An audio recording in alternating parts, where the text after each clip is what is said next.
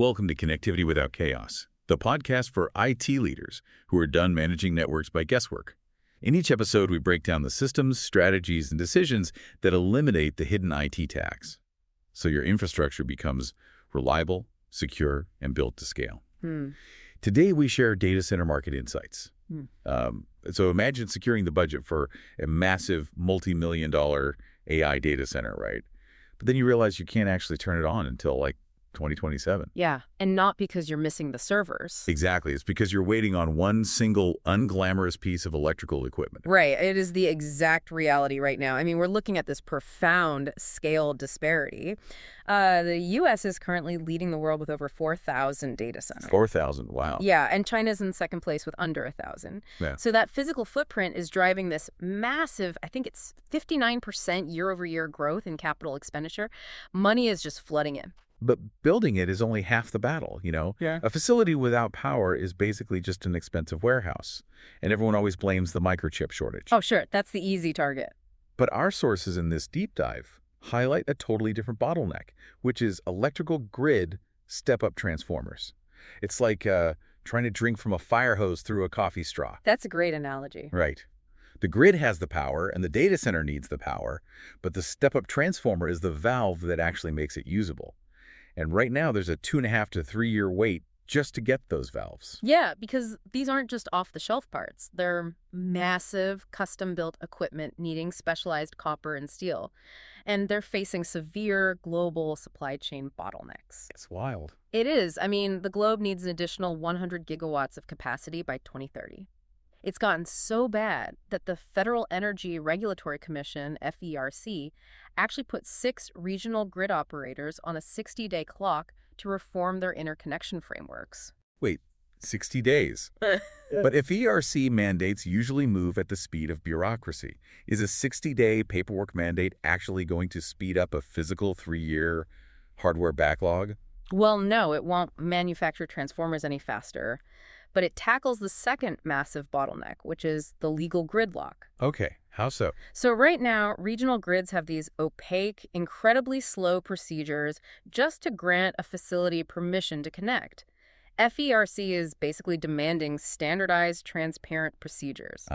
So when your hardware finally does arrive, the bureaucratic approval is already sorted out. Exactly, rather than delaying you another 2 years on top of it. That makes total sense. So because power access is so scarce right now, data center landlords basically hold all the cards. 100%. Which makes me wonder, if you're an IT leader listening right now managing a normal mid-sized business, are you just priced out entirely? Like, are AI giants just swallowing all the megawatts? Well, it heavily depends on your scale. Multi-megawatt facilities are definitely selling out years in advance.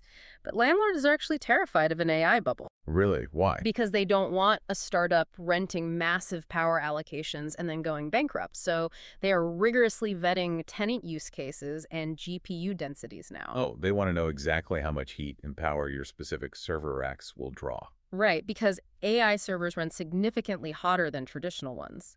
But if you're looking at the mid-market space, say 1 to 5 cabinets, that actually remains highly available. Available, sure, but definitely not cheap. I mean, when Illinois recently canceled its data center tax abatement program, that sent a huge message. Yeah, it really did. The state realized it doesn't need to offer tax breaks to entice buyers when buyers are already lining up around the block. And that trickles down to what you pay for a single cabinet. Oh, absolutely. 3 to 5% annual price accelerators are basically the industry standard now, just to cover those soaring power costs. Which I imagine is driving a lot of this pivot toward cloud repatriation that we're seeing. Yes, exactly. Businesses are migrating core infrastructure out of public clouds like AWS and Azure. They just want to escape those unpredictable recurring costs that keep climbing. But wait. If I move workloads out of the public cloud to avoid costs, but I can't buy my own NVIDIA servers to build my infrastructure, aren't I just stuck in limbo? It definitely seems that way, yeah. I mean, NVIDIA B300 servers cost like $500,000 to $600,000 each, and they're sold out until 2026. Right. So you avoid that trap by utilizing a dedicated private cloud workaround. Okay, how did that work? Basically, by leasing supplier-owned hardware, you're buying into a facility that already has its transformers installed, its grid access secured, and the hardware is already racked. Oh, so you get the dedicated GPU horsepower without the weight. Exactly. Because you leverage a supplier's existing inventory, you can slash your time to market by 90%. You completely bypass the physical bottlenecks. You do. But, it leaves us with an incredibly provocative question. What's that? Well, we noted landlords are terrified of an AI bubble. So if the massive AI startups taking down 6 figures of power a month fail to generate actual revenue and go under, what happens to this unprecedented grid infrastructure we're rushing to build? Oh, wow. Do we just end up with a glut of ghost data centers? That is definitely something to think about. If you found this helpful, subscribe to Connectivity Without Chaos on Substack for more insights on eliminating the hidden IT tax. And if you're dealing with a connectivity or infrastructure challenge, send it our way. We may cover it in an upcoming episode.